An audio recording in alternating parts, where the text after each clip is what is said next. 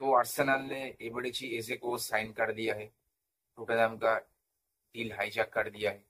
आज उसका medical test होगा, उसके बाद ऑफिशियली आर्सेनल प्लेयर बन जाएगी। विक्टर बोनिफेस एसी मिलन साइन कर दी है। बायर लेवरकुसेन 5 मिलियन का लोन फी ली है और 24 मिलियन का एक बाई ऑप्शन दी है 2026 में। तो अब बोनिफेस को एसी मिलन खरीदती कि नहीं खरीदती है वो अब नेक्स्ट सीजन में ही पता चलेगा। लेकिन बोनिफेस साइन करने के बाद थोड़ा टीम भी स्ट्रांग हो गई है अटैकिंग लाइन में, क्योंकि बोनिफेस एक वर्सटाइल प्लेयर है, उसके साथ साथ क्रिएटिविटी में भी बहुत अच्छी है। तो काइन राफेल लियो के साथ एक अच्छा कॉम्बिनेशन होगा।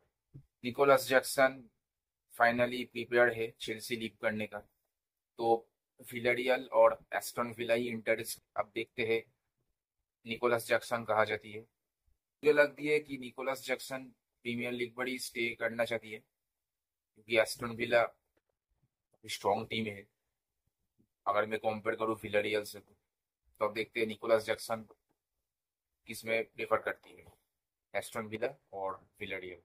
एफसी बायर्न म्यूनिख निकुंकू पर अभी भी इंटरेस्ट शो कर रही है। तो आप देखते हैं चेल्सी उसे सेल करती है कि नहीं करती है, क्योंकि लिप्जिग भी निकुंकू के ऊपर जा सकती है। क्योंकि अगर चेल्सी निकुंकू को सेल कर देती है लिप्जिग में, तो जाबी सिमोंस को चेल्सी खरीद पाएगा और उसके साथ साथ ग्रानाचो को भी खरीद पाएगा, क्योंकि निकुंकू भी पहले लिप्जिग का प्लेयर था। तो मुझे लगता है निकुंकू लिप्जिग पर ही प्रेफर करेगी मूव करने का। वो अब अलग बात है, अगर वो बायर्न प्रेफर करेगी तो बाद में वो उसकी पर्सनल चॉइस है। तो मेरी ओपिनियन मुझे लगता है निकुंकू शायद लिप्जिग मूव करेगा, क्योंकि वो उसका पहला क्लब है, पहले भी खेल चुकी है, तो उसको पता है उसका एनवायरनमेंट कैसी है लिप्जिग का, फैन बेस का ऐसे। तो फिनिशियस जूनियर फिर से एक बार कॉन्ट्रैक्ट साइन करने को रिजेक्ट कर दिया है। भाई ये बहुत ही मतलब कॉन्सर्न वाली बात है, क्योंकि देखो अगर वो साइन नहीं करेगी तो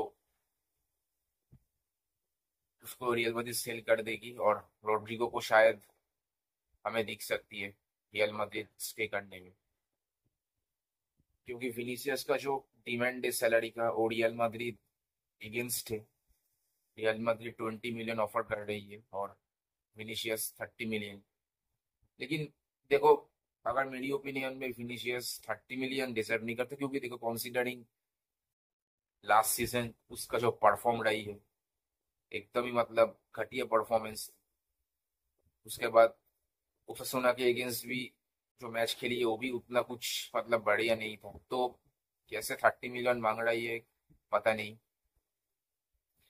एम्बाप्पे और बेलिंगम से कॉम्पीट करना चाहती है विनीसियस। वो ठीक है, विनीसियस टॉप लेवल प्लेयर है, of course 1 billion offer reject कर दिया, लेकिन कहीं ना कहीं भाई रियल तो सऊदी नहीं है कि इतना सारा अमाउंट देकर प्लेयर को रखेगी, क्योंकि वो लेजेंड रोनाल्डो रैमोस उनको ही मना कर दिया था सैलरी बढ़ाने के लिए।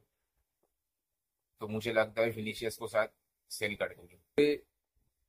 2030 तक कॉन्ट्रैक्ट साइन कर ली है और रजिस्टर भी हो गई है। ये बहुत ही अच्छी बात है, क्योंकि जो डिफेंस लाइन है बार्सिलोना का इनिगो मार्टिनेज जाने के बाद थोड़ा वीक हो गई है, तो कुंडे का रहना बहुत ही इम्पोर्टेंट है।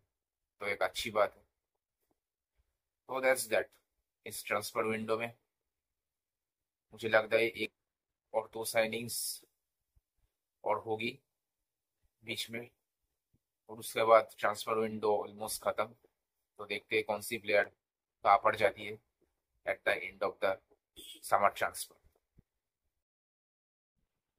जेरेमी फ्रिम्पोंग का हैमस्ट्रिंग इंजरी हो गई है, तो 2 महीने स्क्वाड से बाहर रहेंगे, क्लब से बाहर रहेंगे। आप देखते हैं लिवरपूल कैसे मैनेज करेगी अपना डिफेंस लाइन।